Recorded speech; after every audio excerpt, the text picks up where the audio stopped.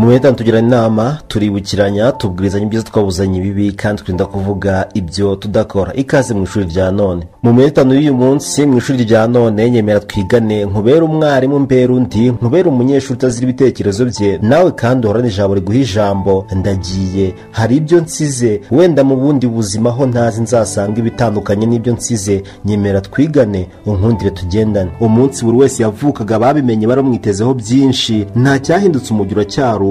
Ariko se bihinduka bite? Byaje guhinduka bite? Uwari witezweho byinshi ngahinduka ikibazo ku bantu. Ikigeragezo mu muryango mugari w'abantu bigenda bite? Ubuzima abantu babamo rimwe na rimwe bageragezwa, bahohoterwa cyangwa se bashimishwa, batoneshwa n'iyigena cyangwa nibo babigena. Ko mbona benshi mu bantu bihebye biterwa n'iki? Habayeho iki? Isi ni ikonsa uzonke vuba, ariko kandi isi izakonyereza cyose uzashishoze ku byo wonka. Amata cyangwa uburozi byose byifitemo kandi byose abantu barabicuranwa. Igitangaje uw'isi yonyeje amata nta nubwo yigeze atuza, aramaranira no konka uburozi bwayo. Byose yonse ntiyanaretse ngo abyimenyere, ahubwo anashaka ko n'abandi bonka kimwe. Koresha inyurabwenge. Hari abapfa mbere yo kuvuka, hari abapfa bavuka, hari n'abapfa nyuma yo kuvuka. Bivuze ko buri wese azapfa. Wasanze iki? Wasize iki? Wifuza ko wenda mu bundi buzima wazasanga iki? Nyemera dukomeze twigane.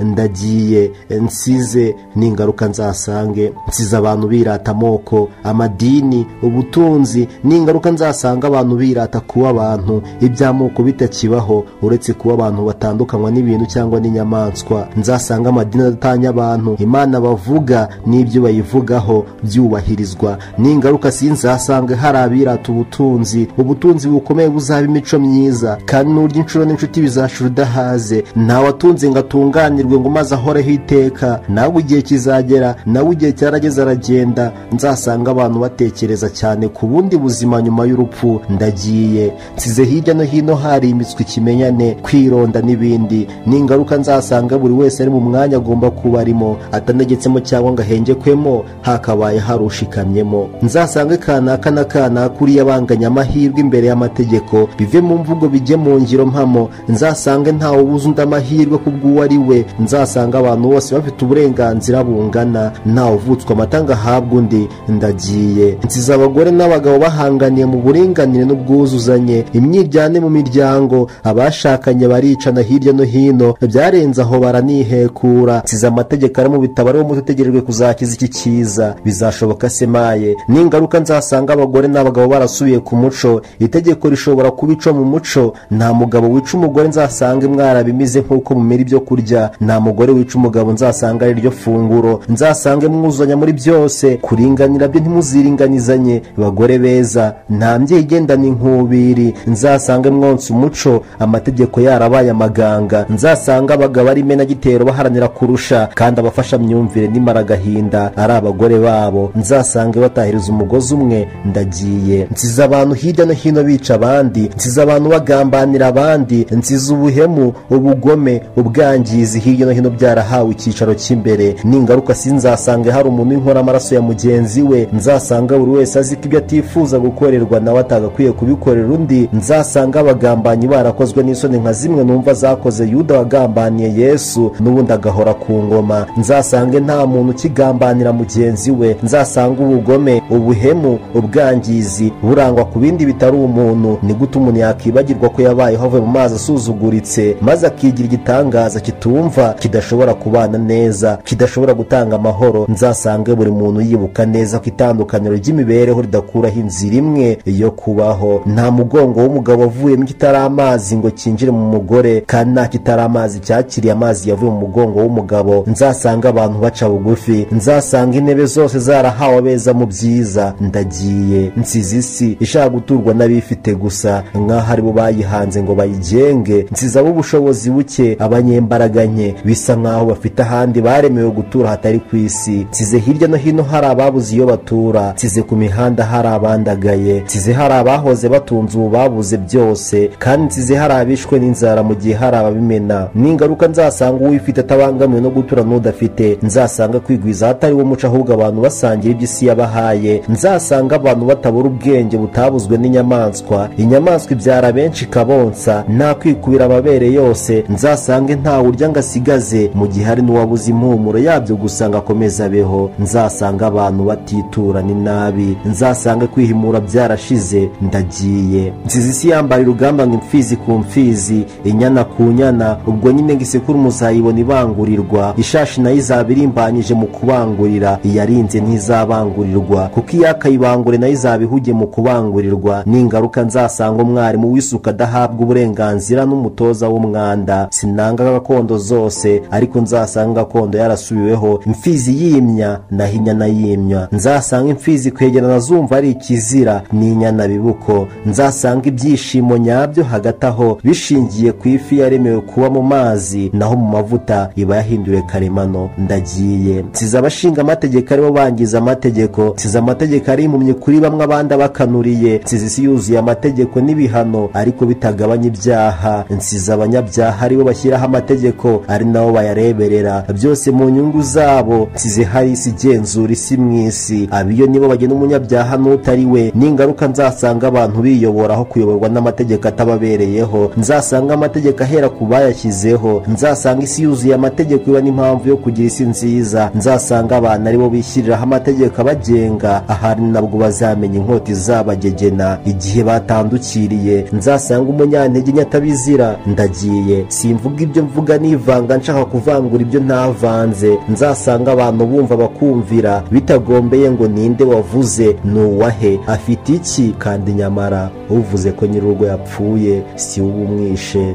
Ndagiye. mu minota itanu tugirana inama, turibukiranya, tubwirizanya ibyiza tukabuzanya ibibi, kandi twirinda kuvuga ibyo tudakora.